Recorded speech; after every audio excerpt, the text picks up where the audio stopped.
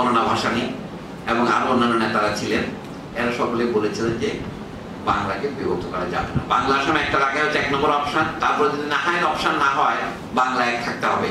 কিন্তু বাংলার পশ্চিমাঞ্চলের নেতারা এমন ব্যবস্থা করলেন ইংরেজের সহায়তায় যে এই 2 প্রদেশে 2 জেলাগুলিতে যারা সংখ্যাগরিষ্ঠ তাদেরকে আলাদা বৈঠক বসবে। হিন্দু প্রধান জেলাগুলিতে একটা বৈঠক হবে, মুসলিম প্রধান বলতে একটা বৈঠক হবে, এবং কোনো একটা বৈঠকে যদি বিভাগের পক্ষে ভোট হয় তাহলে দেশ ভাগ হয়ে যাবে।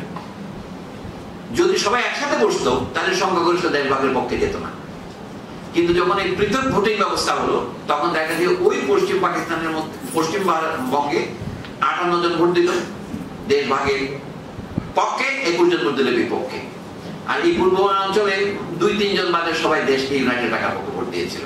কিন্তু বাজারে প্রবলেম আছে, মুসলিম লীগ দেশ ভাগ করেছে, ব্যাপারটা ঠিক নয়। মুসলিম লীগ পাকিস্তান চেয়েছিল, এইটা তারা বর্জন করে